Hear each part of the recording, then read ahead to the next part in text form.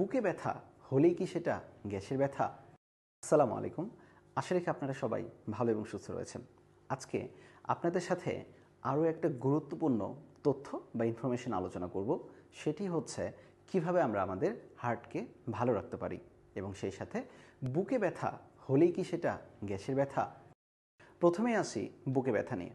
তো বুকে ব্যথার শুরুতেই আমার হাতে আপনারা দেখতে পাচ্ছেন একটা হৃৎপিণ্ড, যেটাকে আমরা বলি হার্ট।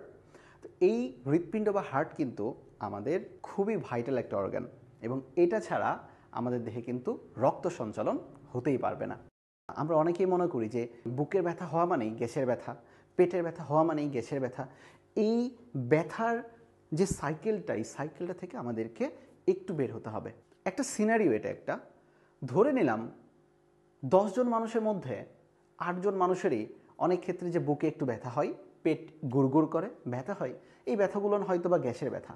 কিন্তু এই যে 2 থেকে 3 জন মানুষের বুকের ব্যথাটা যে গ্যাসের ব্যথা না, এইটা আপনাদের মাথায় রাখতে হবে।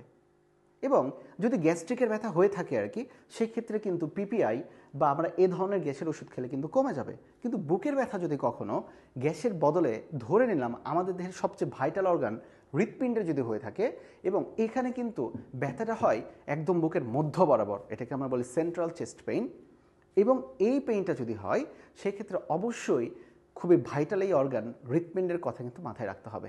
কারণ হৃৎপিণ্ডের যে ব্যথাটা বা হার্ট অ্যাটাকের ব্যথাটা, এটাকে কিন্তু গ্যাসের ব্যথা বলে আমাদের ছেড়ে দেওয়া চলবে না।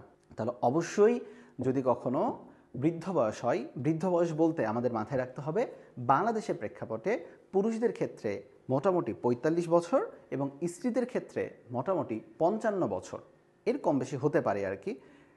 এই সময়কালীনে হৃৎপিণ্ডের অসুখের মাত্রা কিন্তু অনেক বেড়ে যায় এবং বাংলাদেশের ক্ষেত্রে হার্ট অ্যাটাকে প্রত্যেক দিন শত শত কিন্তু মানুষ মারা যাচ্ছে।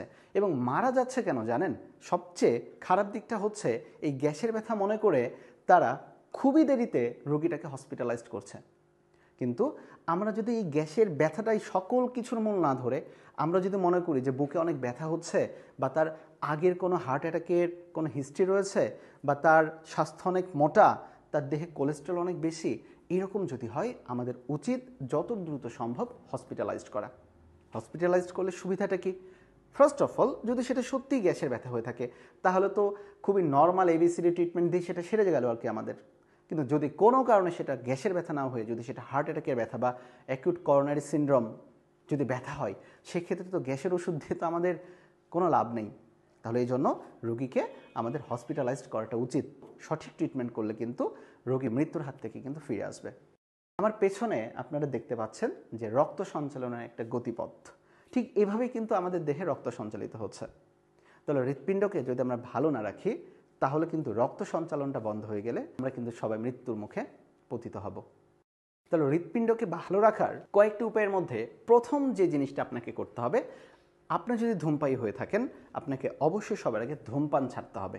আমরা লিপিড বা চর্বি জাতীয় খাবার বেশি খাই, যেমন গরুর মাংস, যেমন খাসির মাংস, চর্বি জাতীয় অনেক জিনিস, কোলেস্টেরল, এই সকল জিনিসের যখন আমরা বেশি পরিমাণে খেয়ে ফেলি তখন আমাদের দেহের যে রক্তনালীগুলো থাকে, যেটাকে আমরা বলি ধমনী, এই ধমনীগুলোয় বিভিন্ন ধরনের প্লাক জমা পড়ে এবং যেটাকে আমরা বলি অ্যাথেরোমাটাস প্লাক। এই অ্যাথেরোমাটাস প্লাকগুলো কিন্তু রক্তনালীকে শুরু করে দেয়, ফলে হৃৎপিণ্ডে কিন্তু রক্ত চলাচল সঠিকভাবে হয় না। আর হৃৎপিণ্ডে রক্ত চলাচল সঠিকভাবে না হলে তখনই কিন্তু বুকে ব্যথা হয় বা অ্যানজাইনা শুরু হয়। আর এটা কিন্তু হার্ট অ্যাটাকের একটা পূর্ব লক্ষণ। তাহলে আমরা যাতে আমাদেরকে ভালো রাখতে পারি, আমরা আমাদের হার্টকে যাতে ভালো রাখতে পারি, এজন্য নিয়মিত আমাদের হাঁটতে হবে। দিনে মোটামুটি 30 মিনিট হাঁটতেই হবে আর কি আমাদের। এবং হাঁটাটা কি হবে? আমি যে প্রত্যেক দিন বাজার সদা করতে যাচ্ছি, হসপিটালে যাচ্ছি, এই হাঁটা না, একদম হাঁটার মতো হাঁটতে হবে, নির্দিষ্ট একটা পেইসে হাঁটতে হবে। তাহলে প্রথমে আমরা ধূমপান পরিহার করতে হবে আমাদেরকে নিয়মিত হাঁটতে হবে মিনিমাম 30 মিনিট করে অবশ্যই। আর হ্যাঁ, চর্বি জাতীয় খাবার বা কোলেস্টেরল জাতীয় খাবার, যেমন কি হতে পারে রেড মিট, যেটাকে আমরা বাংলাদেশের সবচেয়ে মানুষ যেটা খেতে পছন্দ করি, গরুর মাংস বা খাসির মাংস, এই মাংস জাতীয় খাবারটা অবশ্যই আমাদেরকে একটু কমাই দিতে হবে। আর সেই সাথে অবশ্যই আমাদের দেহের ওজন নিয়ন্ত্রণে রাখতে হবে, কারণ ওজন যদি নিয়ন্ত্রণে থাকে, আমরা যদি শারীরিকভাবে সুস্থ থাকি, আমরা যদি নিয়মিত কায়িক পরিশ্রম করি তাহলে কিন্তু আমাদের হার্টে এই প্লাকগুলো জমার সম্ভাবনা কিন্তু অনেক কম থাকে। আশা রাখি এই ভিডিওটি আপনাদের মধ্যে একটু হলেও জনসচেতনতা বাড়াবে।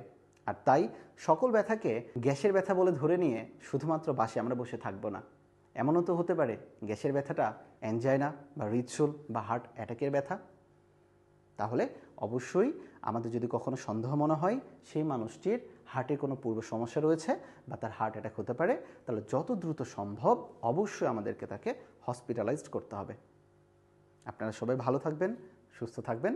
দেখা হবে পরবর্তী কোনো ভিডিওতে। আসসালামু আলাইকুম।